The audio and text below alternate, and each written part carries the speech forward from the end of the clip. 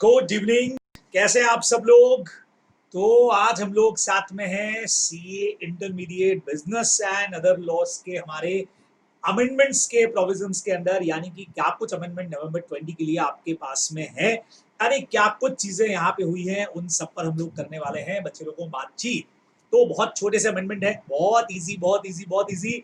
यानी आप लोग अगर मेरे साथ यहाँ पे देखोगे तो लगभग लगभग 4 पेजेस के अंदर तो ये जा करके हो गए खत्म, यानी कि एब्सोल्युटली कंप्लीट। तो हमने कहा कि सर लेकिन इंस्टीट्यूट ने जो इशू किया है सर, वो तो बहुत सारे हमको दिख रहे हैं, उनमें तो बहुत सारी चीजें हम लोगों को नजर आ रही है सर। तो बच्चे लोगों यहाँ पे मैं आपको एकदम से क्लियर कर देता हूं कि जो कुछ भी आपने आईसीएआई के अमेंडमेंट्स वाली शीट में देखा है, या आप तो आरटीपी भी आ चुकी है, आपने उसमें अगर देखा हो तो उसमें कई सारे ऐसे अमेंडमेंट हैं जो पिछले मे अटेम्प्ट के अंदर हो चुके थे, वो भी उसमें कवर किए गए हैं। बराबर। तो अभी जो स्टूडेंट मेरी लेटेस्ट वाली बुक से अगर पढ़ रहे हो, या जिस भी फैकल्टी की लेटेस्ट बुक से आप पढ़ रहे होंगे, तो मे वाले अटेम्प्ट के जो भी अमेंडमेंट्स थे वो उन्होंने ऑलरेडी उसके अंदर इंक्लूड कर दिए होंगे। फिर भी अगर आपके पास पुरानी बुक है तो टेंशन लेने की जरूरत नहीं है। मैं यहाँ इस वीडियो के लिंक में आप लोगों को मे अटेम्प्ट का जो वीडियो का लिंक है वो भी प्रोवाइड कर दूंगा, जिससे आप लोग बहुत आराम से देख पाओगे कि हाँ भाई क्या कुछ था, और इन सबको मिला करके इस बार जो इंस्टीट्यूट ने आपको इशू किया वो पूरा आपका कवर हो जाएगा। बराबर। तो इस बार प्योरली क्या अमेंडमेंट हुए, क्या क्या चीजें चेंज हुई, आइए उस पर बात शुरू करते हैं। और सबसे पहले बच्चों आपको दे रखा है डिबेंचर्स के बारे में। डिबेंचर्स में बड़ा अमेंडमेंट हुआ है डीआरआर के अंदर, डिबेंचर रिडेम्पशन रिजर्व के अंदर।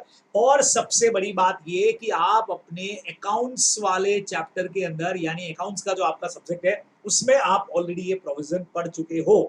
तो जब आप ये प्रोविजन ऑलरेडी वहां से पढ़ चुके हो तो बहुत ईजी हो जाएगा आप लोगों के लिए। अब क्या प्रोविजन है आइए देखते हैं। बहुत सीधा सीधा सा आपको बोला है, क्या क्या चेंजेस हुए उसकी छोटी सी इंफॉर्मेशन आपको दी है। मैं तो आपको सीधा प्रोविजंस के ऊपर लेकर के आता हूं। देखिए, the debenture redemption reserve shall be created out of the profits of the company available for payment of dividend. Same point है जो पहले भी था जो अब भी है। अब डीआरआर की रिक्वायरमेंट क्या होगी, कौन सी कंपनी को कितना डीआरआर बनाना रहेगा, कैसे डिपॉजिट होगा, उन कैसे इन्वेस्टमेंट होगा, उन सबसे रिलेटेड प्रोविजंस आपको यहाँ पे दिए गए हैं। और ये वही टेबल है जो आप अपने अकाउंट्स की बुक्स के अंदर रिडेम्पशन ऑफ डिबेंचर वाले चैप्टर के अंदर ऑलरेडी पढ़ चुके हो। तो नया प्रोविजन कुछ भी नहीं है, लेकिन फिर भी आइए थोड़ी सी इसके ऊपर बात कर ली जाए। फर्स्ट पॉइंट आप लोगों को दिया है डिबेंचर इशूड बाय। अब यहां डिबेंचर कौन इशू कर रहा है, ऑल इंडिया फाइनेंशियल इंस्टीट्यूशंस। बराबर, नाम से पता लग रहा है जो रेगुलेट करता है कौन, आरबीआई रेगुलेट करता है। और उसके अलावा जो बैंकिंग कंपनीज हमारी हैं, बराबर, यानी दो लोगों के लिए हो गया, एआईएफआईएस के लिए हो गया। बराबर। और जो बैंकिंग कंपनीज हैं वो अगर डिबेंचर इशू करे, फिर भले ही पब्लिक डिबेंचर इशू कर रही है या प्राइवेट प्लेसमेंट वाले डिबेंचर इशू कर रही है, जो आप लोग जानते हो कि भाई या तो पब्लिक इशू होगा या प्राइवेट इशू होगा, कुछ भी हो सकता है। ठीक है। तो इनमें से कुछ भी अगर इस कैटेगरी के इंस्टीट्यूशन या बैंकिंग कंपनीज कर रही है तो उनको किसी तरह के कोई डीआरआर को बनाने की जरूरत नहीं होगी। बहुत क्लियर कट प्रोविजन है, एकदम सिंपल सा प्रोविजन है। बराबर, कोई टेंशन नहीं। इसके सेकंड पार्ट के ऊपर आइए, other financial institution. Sir other कौन से, बेटा आपको मीनिंग दे दिया है। अदर वो जो कंपनीज एक्ट के सेक्शन नंबर 2 क्लॉज 72 में आप लोगों को देके रखे हैं, जो आपके फाइनेंशियल इंस्टीट्यूशंस हैं, अदर फाइनेंशियल इंस्टीट्यूशन, जो इस सेक्शन के अंदर जो आप लोगों ने ऑलरेडी पढ़ा हुआ है, बराबर, उस सेक्शन में जो भी आने वाले आपके फाइनेंशियल इंस्टीट्यूशंस हैं, उनको डीआरआर बनाना है कि नहीं बनाना है। देखो, इनको तो सीधा बोल दिया नहीं बनाना है, लेकिन सेक्शन 2 क्लॉज 72 में आने वाले फाइनेंशियल इंस्टीट्यूशंस को डीआरआर बनाना है नहीं बनाना है, उसके लिए क्या बोलता है लो, DRR will be applicable as applicable to NBFCs, यानी नॉन बैंकिंग फाइनेंशियल कंपनीज की जो रिक्वायरमेंट है वो ही फॉलो होगी। मतलब अगर, और ये आपको दे दिया एज पर थर्ड, यानी कि आपको बोल दिया इसका कनेक्शन इस थर्ड वाले पॉइंट से। अच्छा, मतलब इस पॉइंट का पूरा कनेक्शन इन्होंने थर्ड वाले पॉइंट से डाल दिया कि जैसा थर्ड पॉइंट में कहा गया है वैसा यहां पे भी फॉलो कर लीजिए। बराबर। तो अदर फाइनेंशियल इंस्टीट्यूशंस के लिए वही रूल अप्लाई करने हैं जो आप एनबीएफसी जो रजिस्टर्ड अंदर आरबीआई हो उसमें जो फॉलो करोगे उसी को आप यहाँ पे भी फॉलो करिए। इससे इसका कनेक्शन इन्होंने कर दिया। तो आइए भाई, कनेक्शन कर दिया तो पढ़ लेते हैं क्या लिखा इन्होंने। देखिए, इन्होंने बोला फॉर लिस्टेड कंपनीज। अब पहली बात इन्होंने कर दी लिस्टेड कंपनीज की। ठीक है, और ब्रैकेट में क्या लिखा, other than all India financial institution and banking companies, जो नंबर 1 में दिया। अब एक बात मान के चलिए कि नंबर 1 वाला कंसेप्ट तो वैसे भी अलग ही है, क्योंकि यहां सेकेंड पॉइंट आते ही लिख दिया अदर। अदर मतलब जो फर्स्ट में नहीं है, और इसका कनेक्शन आगे आने वाले थर्ड और आगे फोर्थ पॉइंट से भी होगा। तो मतलब ये चीज के तो बिल्कुल ये मतलब इसको इससे कनेक्ट तो आपको वैसे भी करने की जरूरत बच्चों यहाँ पे नहीं है। ठीक है सर, ये इतना इन्होंने घुमाया क्यों? घुमाया नहीं है, बहुत सिंपल सी बात आपको बोली है। ऑल इंडिया फाइनेंशियल इंस्टीट्यूशंस हमारे जो है और बैंकिंग कंपनीज है, वो चाहे पब्लिक इशू में जाए या प्राइवेट प्लेसमेंट में डिबेंचर दे, उनको डीआरआर नहीं चाहिए। सर अदर के लिए क्या होगा? अदर के लिए वही रूल काम करेंगे जो एनबीएफसी के लिए काम कर रहे हैं। सर तो एनबीएफसी के रूल बता दो, बस देख लीजिए एनबीएफसी के लिए क्या बोला है। जो भी बच्चों लिस्टेड एनबीएफसी है, लिस्टेड का मतलब आप लोग सब जानते हो, बराबर, ब्रैकेट में भी देख लो। रजिस्टर्ड है जो आरबीआई के सेक्शन नंबर 45(1)(a) के अंदर, आरबीआई एक्ट के अंदर, बराबर लिस्टेड है, डीलिंग होती है शेयर्स की भी उनकी, बराबर। एंड लिस्टेड जो हमारे हाउसिंग फाइनेंस कॉर्पोरेशन है, सॉरी हाउसिंग फाइनेंस कंपनीज हमारी जो है बच्चों, समझना, हाउसिंग फाइनेंस कंपनी जो कहाँ रजिस्टर्ड है, नेशनल हाउसिंग बैंक के पास में। ये अपना पुराना पॉइंट है, नया नहीं है, पहले भी आ चुका है, बराबर। तो जो लिस्टेड कंपनीज की यहाँ पे बात कर रहे हैं, फॉर लिस्टेड कंपनीज, बराबर। अब लिस्टेड कंपनीज का फर्स्ट पॉइंट क्या कहता है?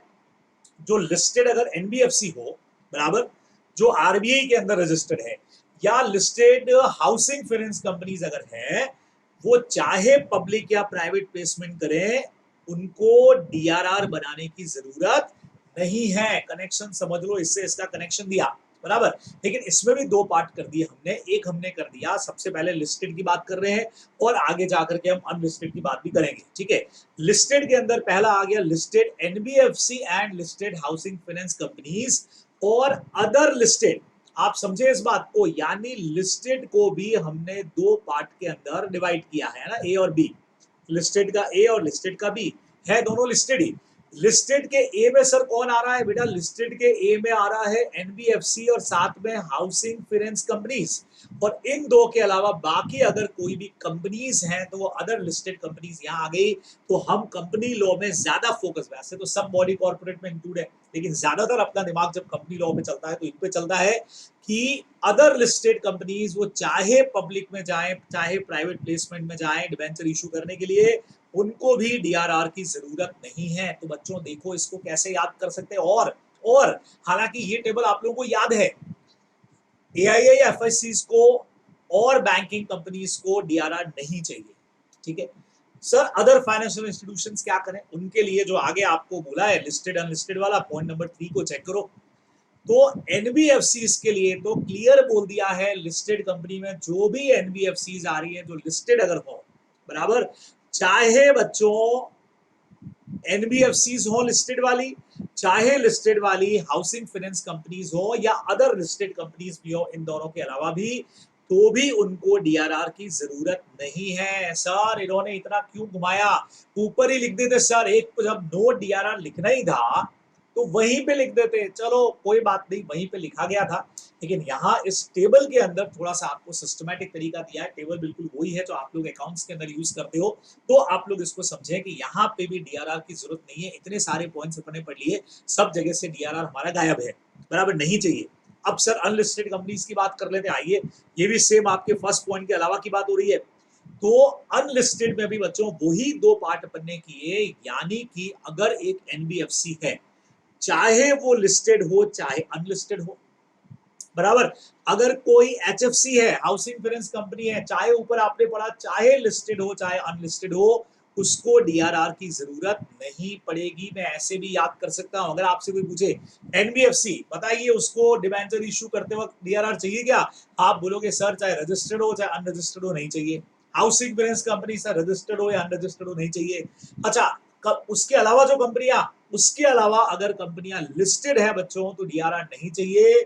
लेकिन इनके अलावा जो भी अनलिस्टेड कंपनीज होगी उनको बोल दिया कि DRR shall be 10% of the value of outstanding. But obvious outstanding पे बनता है, जितना रिडम्पशन होना बाकी है अभी उस पर 10% का आपको डीआरआर बनाना पड़ेगा। सिर्फ एक सिंगल रिक्वायरमेंट 10% की यहाँ पे है जो आप लोगों को ध्यान में रखनी चाहिए थी, बराबर। तो मेरे ख्याल से आप इसको जैसे भी याद करना चाहें, एक एक पॉइंट अलग अलग लिस्ट बना के करिएगा, है ना। सबसे पहले all India financial institutions, no DRR. Second number banking companies, no DRR, चाहे पब्लिक में जाओ चाहे प्राइवेट से करो, वो तो सब में ही है। चलिए ठीक है, हटा दिया। अदर फाइनेंशियल इंस्टीट्यूशंस जो 2 क्लॉज 72 में आ रहे हैं उनके लिए आगे एनबीएफसीज वाले प्रोविजन को फॉलो कर लो सर। चलिए कर लेते हैं। अब 2 पार्ट आ गए। अब अगला मैं ऐसे पूछ रहा हूं आपसे कि नॉन बैंकिंग फाइनेंस कंपनीज के लिए क्या कहोगे? तो आप कहोगे sir non banking finance companies की बात ऐसी है, चाहे वो लिस्टेड हो चाहे वो अनलिस्टेड हो, उनको डीआरआर नहीं चाहिए। ओके। हाउसिंग फाइनेंस कंपनीज का क्या बोलोगे? सर हाउसिंग फाइनेंस कंपनी चाहे वो लिस्टेड हो चाहे वो अनलिस्टेड हो, चाहे पब्लिक में जा रही हो चाहे प्राइवेट में जा रही हो, कुछ भी हो, उनको भी डीआरआर का जरूरत आपका नहीं पड़ेगा। ओके। फिर other company, sir other companies में 2 बातें होंगी, या तो लिस्टेड होगी अनलिस्टेड होंगी। अगर लिस्टेड कंपनी है तो उनको भी डीआरआर नहीं चाहिए, लेकिन अनलिस्टेड कंपनीज अगर कोई भी डिबेंचर इशू कर रही है तो उनको बट ऑब्वियस है कि डीआरआर की जरूरत अपनी पड़ने वाली है। ये अपने को ध्यान में रखना है। सर लिस्टेड में तो इन्होंने लिखा पब्लिक और प्राइवेट, लेकिन सर अनलिस्टेड में तो पब्लिक और प्राइवेट नहीं लिखा। इतना तो आप समझते हो कि अनलिस्टेड कंपनी पब्लिक के अंदर कैसे जाने वाली है भाई, जब लिस्टेड ही नहीं है बराबर। तो उनको 10% का डीआरआर यहाँ पे बनाना पड़ेगा। डायरेक्ट प्रोविजन है जो आप लोग याद रखिए। तो सिर्फ एक जगह पे अनलिस्टेड कंपनीज के लिए अपने को 10% का रिक्वायरमेंट रहेगा डीआरआर का, ये आप लोग ध्यान में रखने वाले हैं बराबर। क्लियर कट मैटर है, कोई टेंशन नहीं यहाँ पे। चलिए जी, डीआरआर बना लिया। अब रूल आगे कहता है कि डीआरआर बना तो लिया है, लेकिन लेकिन लेकिन लेकिन क्या बोला? इन्वेस्टमेंट करना पड़ेगा। ध्यान में आया आपको? इन्वेस्टमेंट करना पड़ता है इस पैसे का। ये जो डीआरआर आपने बनाया है वो तो ठीक है, लेकिन investment of debenture redemption reserve, अब इन्वेस्टमेंट किधर कैसे क्या, सबसे पहला किनको करना है, क्या लिखा है देखिए। सबसे पहले तो यहाँ पे जो भी लिस्टेड एनबीएफसीज हैं बराबर। सर ये लेकिन यहाँ तो एक चीज समझ में नहीं आई सर, जब वो लिस्टेड कंपनियां हैं तो उनके पास तो डीआरआर है ही नहीं, तो ये क्यों लिखा investment of debenture redemption reserve amount? बोलो बोलो बोलो, क्यों लिखा फिर? As per rule 18(7) of the company share capital and debenture amendment rules 2019 follow companies. एक बार इसको पढ़ लेते हैं भाई, देखिए क्या लिखा है। All listed NBFCs, all listed housing finance companies, all other listed company other than AFIs और एचएफसीज हो गया अपना, या अदर फाइनेंशियल इंस्टीट्यूशन, और जो भी अनलिस्टेड कंपनीज हो गई जो एनबीएफसी या एचएफसी नहीं है बराबर, ऊपर जो आपने पढ़ा वो सब, shall on or before 30th day of April in each year, ये पुराना प्रोविजन है अपना, हर साल के 30 अप्रैल को, in respect of debenture issued बराबर, in respect of debenture issued, deposit or invest as the case may be a sum which would not be less than 15% of the amount of its debenture maturing during the year ending 31st day of March of next year in any one or more of the following method। अब बच्चों अपनी regular class को याद करिए, हमने कहा था DRR के अमाउंट का इन्वेस्टमेंट नहीं हो रहा है। ये ऐसा नहीं किया है कि जो डीआरआर में पैसा पड़ा है उसका इन्वेस्टमेंट आप कर रहे हो, नहीं, दोनों चीजें अलग अलग है बराबर। इन्वेस्टमेंट का मतलब यहाँ पे ये हो गया कि एक पर्टिकुलर पैसा आपको कहीं पे इन्वेस्ट करके रखना है ताकि डीआरआर रिडम्पशन करते वक्त में उस मनी को आप यूटिलाइज कर सकें। तो रेगुलर क्लास को याद करिए, हमने कभी ये नहीं कहा कि जितना पैसा डीआरआर में पड़ा है उसी का इन्वेस्टमेंट करेंगे, नहीं। वैसे भी यहां से आपको समझ में आना चाहिए, नेक्स्ट ईयर के 31st डे ऑफ मार्च तक जो भी मैच्योर होता अमाउंट दिखेगा, डीआरआर से मतलब नहीं है। अगर नेक्स्ट ईयर के, जैसे मान लीजिए मैं अभी बात कर रहा हूं आपसे, इस साल की बात करूं मैं, मान लीजिए, हालांकि एक्सेप्शनल ईयर में चला गया 2020 तो, लेकिन फिर भी एग्जांपल ले लेते हैं। 2020 के 30 अप्रैल तक भाई पैंडेमिक सिचुएशन थी, रूल्स काफी सारे इसमें चेंज हुए, लेकिन कॉमन एग्जांपल समझ के चलो। 30 अप्रैल को क्या देखना है, क्या इन्वेस्टमेंट करना है? नेक्स्ट ईयर के 31 मार्च 21 तक जो भी डिबेंचर मैच्योर होते दिखे बराबर, उसका आपको 15% क्या करना है, सीधा सीधा 10 करोड़ के मैच्योर होते दिख रहे हैं तो 1.5 करोड़ रुपीस आपको इन्वेस्टमेंट करना है। तो ये मत समझना सर लिस्टेड एनबीएफसीज पे डीआरआर तो लगता ही नहीं है, डीआरआर नहीं लगता लेकिन इन्वेस्टमेंट के प्रोविजन लगते हैं। सर इस पे भी डीआरआर नहीं लगता लेकिन इन्वेस्टमेंट के प्रोविजन लगते हैं। सर इन पे भी डीआरआर नहीं लगता बच्चों, लेकिन इन्वेस्टमेंट के प्रोविजन लगते हैं। वो 10% का था, ये 15% का है, चीज बिल्कुल अलग है। आपकी रेगुलर क्लास में भी आपने इसको पढ़ा है, ठीक है। अब सेम प्रोविजन है, इन्वेस्टमेंट कहाँ करना है, सेम टू सेम किसी शेड्यूल बैंक में कर दो, फ्री फ्रॉम चार्ज, कोई चेंज नहीं। अनएंकम्बर्ड गवर्नमेंट सिक्योरिटीज या स्टेट गवर्नमेंट का सिक्योरिटीज कोई चेंज नहीं, जैसा पहले था वैसा अब भी है। इंडियन ट्रस्ट एक्ट की सिक्योरिटीज में कर दीजिए, सेम है। किसी को अनएंकम्बर्ड का मतलब नहीं आता है तो पुरानी क्लास देखिए, आपने रूटीन क्लास के अंदर पढ़ा हुआ है। इसका मतलब होता है बिना किसी चार्ज के, बिना किसी मॉर्गेज के, बराबर। प्लस उसी तरह से इंडियन ट्रस्ट एक्ट जो है उसके बॉन्ड्स में भी आप जो है वो इन्वेस्टमेंट कर सकते हैं। ये चीज अलाउड की है गवर्नमेंट ने, अपने को ध्यान रखना है, बराबर। अच्छा, आप ये भी जानते हो कि ये जो पैसा, अच्छा डिपॉजिट और इन्वेस्ट इसलिए लिखा है बच्चों क्योंकि बैंक अकाउंट होगा तब तो डिपॉजिट करोगे और बाकी तीनों के अंदर आप करने वाले हो इन्वेस्ट, ठीक है, बराबर।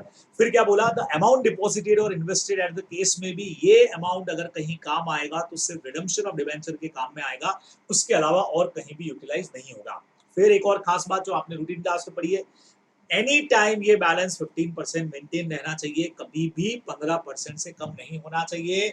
ये पॉइंट आप लोग अपनी रेगुलर क्लास में पढ़ते हो, ये ओल्ड प्रोविजन है, कोई नया प्रोविजन नहीं है, बराबर। यानी ड्यूरिंग ईयर आपको जब भी पैसे की जरूरत पड़ी और आपने पैसा बाहर निकाला तब भी ध्यान रखना है कि आउटस्टैंडिंग के 15% के बराबर तो आपको मेंटेन करके रखना ही रखना है। ओल्ड प्रोविजन है, अमेंडेड नहीं है, बराबर। फिर नेक्स्ट पॉइंट कहता है, अगर पार्टली कन्वर्टेबल डिबेंचर हो तो डीआरआर कितने का बनाओगे, उतने का ही बनाओगे अगर जो कन्वर्ट नहीं हो रहा है, जो रिडीम हो रहा है। DRR shall be created in respect of non convertible portion.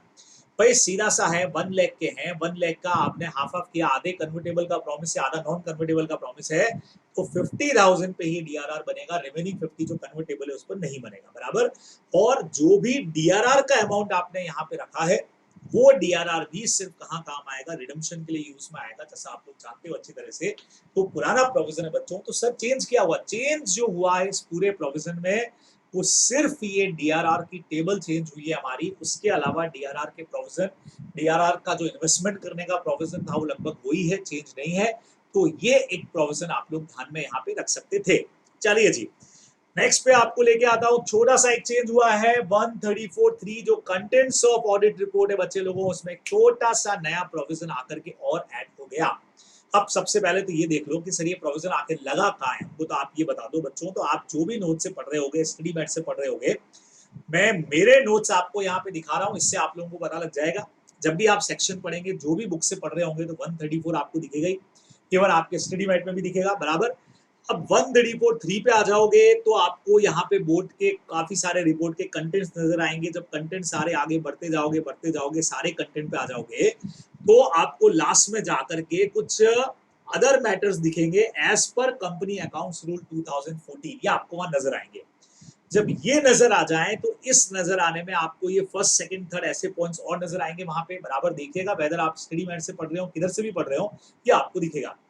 तो ये जो थर्ड पॉइंट है बच्चों आप लोगों का, जब डिटेल्स ऑफ डायरेक्टर और केएमपी हु आर अपॉइंटेड और have resign during the year, इसके बाद में ये जोड़ दिया गया है, यस, आपका थर्ड ए, बराबर। तो थर्ड और फोर्थ के बीच में ये आपका एक पॉइंट और ऐड हो गया, जो कुछ आइटम आप बोर्ड रिपोर्ट में इंक्लूड करना चाह रहे हो उससे रिलेटेड आपका ये पॉइंट यहां पर आया है।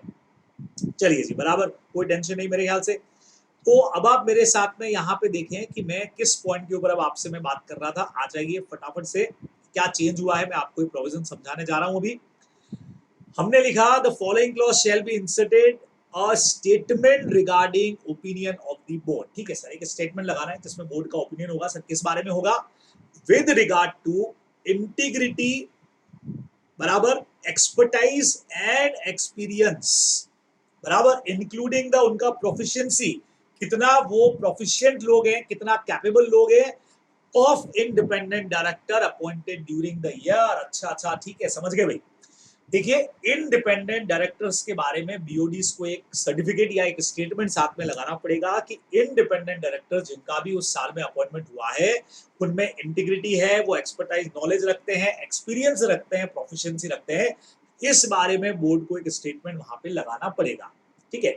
अब सर यहाँ एक वर्ड आया प्रोफिशिएंसी, उसका क्या मतलब है बच्चों, एक्सप्लेनेशन दिया, समझना बहुत काम की चीज है, बहुत मजा आएगा आपको। देखिएगा, for the purpose of this clause, proficiency का मतलब proficiency of the independent director as ascertain from the, जो कहां से पता लगती है, online proficiency self assessment test. बच्चे लोगों देखो क्या लिखा है, online proficiency self assessment test conducted by the institute notified under section 1501.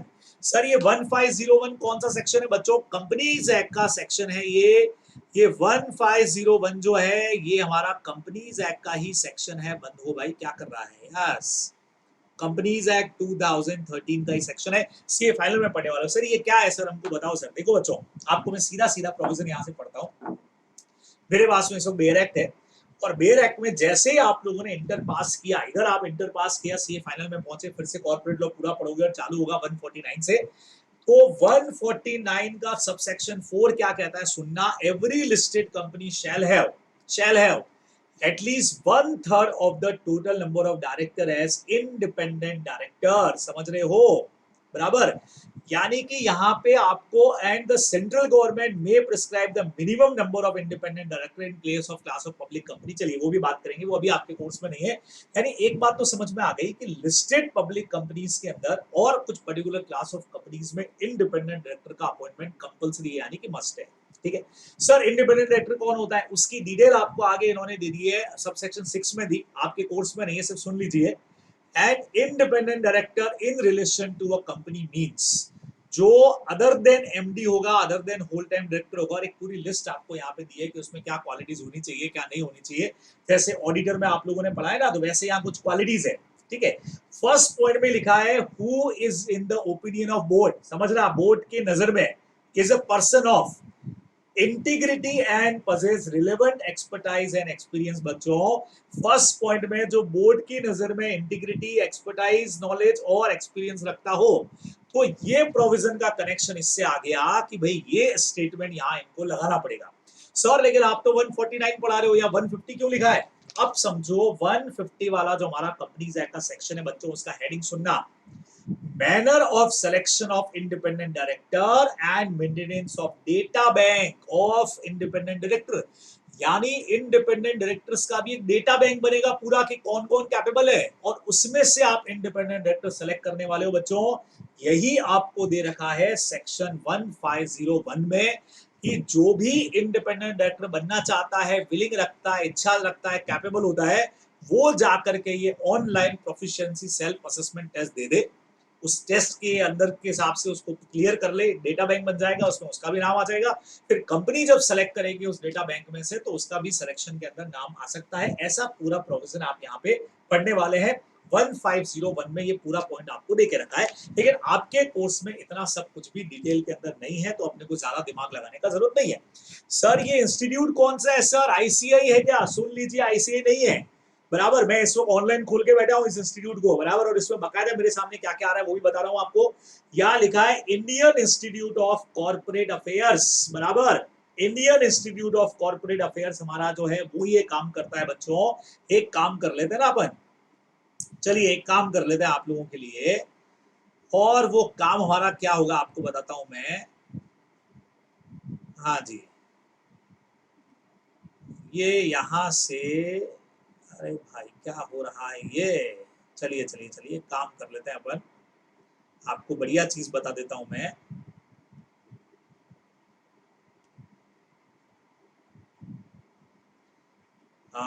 थोड़ा सा आप लोगों के लिए, ताकि थोड़ा सा इजी हो जाए।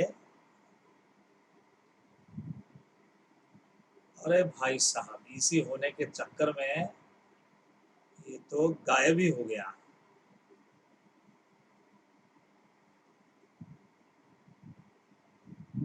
चलिए जी, कोई कोई दिक्कत नहीं, कोई दिक्कत नहीं।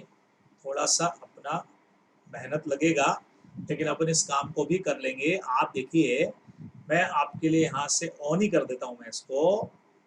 ये कुछ हमने लिखा है क्या? अरे कुछ लिखा था कि नहीं लिखा था? कुछ पेस्ट हुआ कि नहीं हुआ यहाँ पे?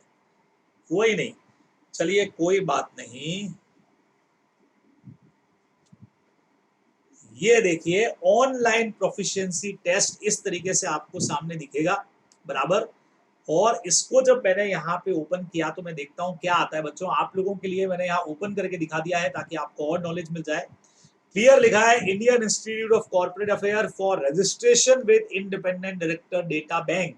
समझ रहे हैं आप? तो इस तरह का एक डेटा बैंक है, जिसमें से इंडिपेंडेंट डायरेक्टर का सिलेक्शन होता है, बकायदा आप टेस्ट दे सकते हो। देखो लिखा है the last date of registration on independent director data bank is extended by 3 months. अब 30 सितंबर लास्ट डेट हो गई है एग्जाम देने की, बराबर।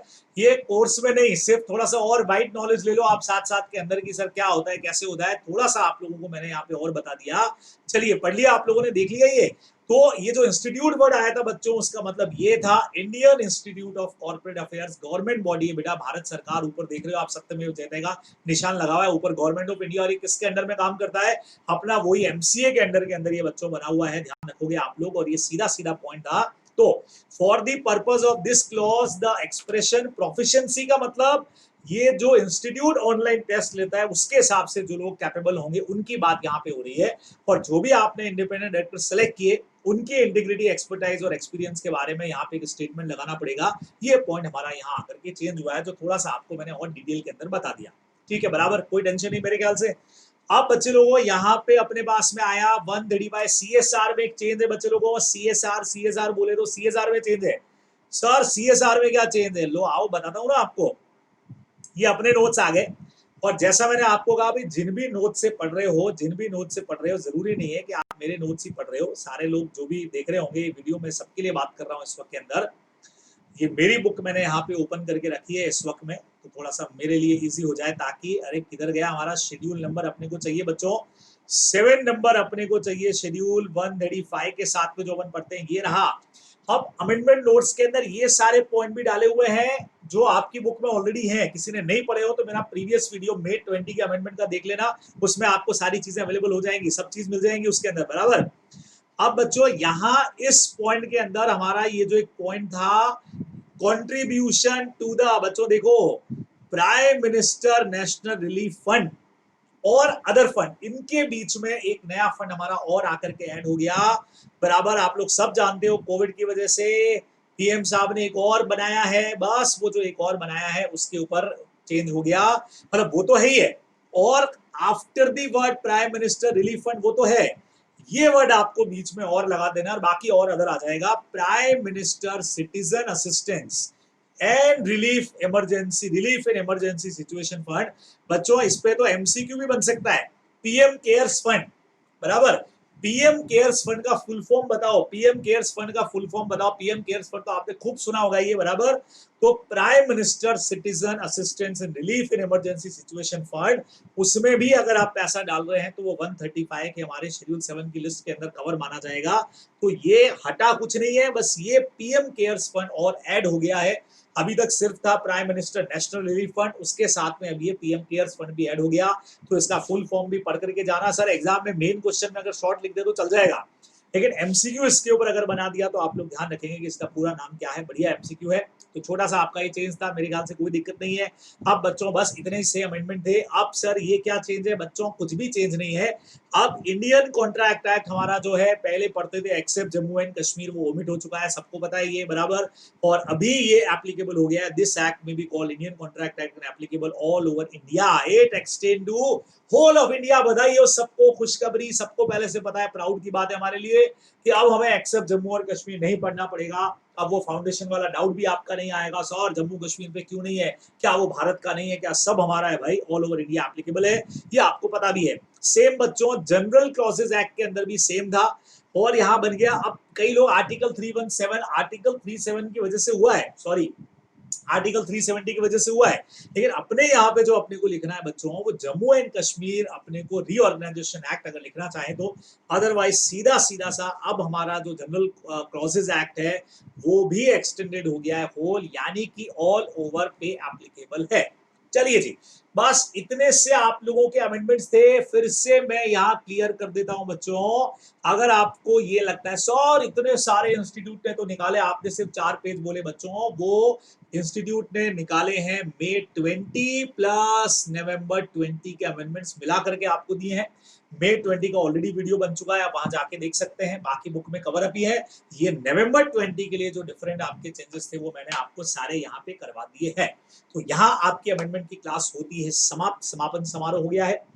इसको अच्छे से करिएगा और हमारी फिर मुलाकात होगी। नई आरटीपी आ चुकी है आप लोगों की, तो पूरा आरटीपी हम लोग यहाँ पे डिस्कस करने वाले हैं, पूरा उसका अलग सेशन लेने वाले हैं। तो जल्दी हमारी फिर से मुलाकात होगी जहां हम लोग डिस्कस करेंगे आरटीपी को। तब तक खूब सारा पढ़िए, अब वक्त आ चुका है पढ़ने का बच्चे लोगों, टाइम बहुत कम है आप लोगों के पास में, बस अब समय आ चुका है कुछ कर गुजरने का। तो लग जाइए सुपर हिट तैयारी के अंदर, फिर से आपसे मुलाकात होती है, तब तक के लिए बाय बाय। चूंकि शाम को वीडियो रिकॉर्ड कर रहा हूं इसीलिए मैं कहूंगा आप लोगों को गुड नाइट, शब्बा खैर, फिर होगी मुलाकात, तब तक के लिए बाय बच्चे लोगों।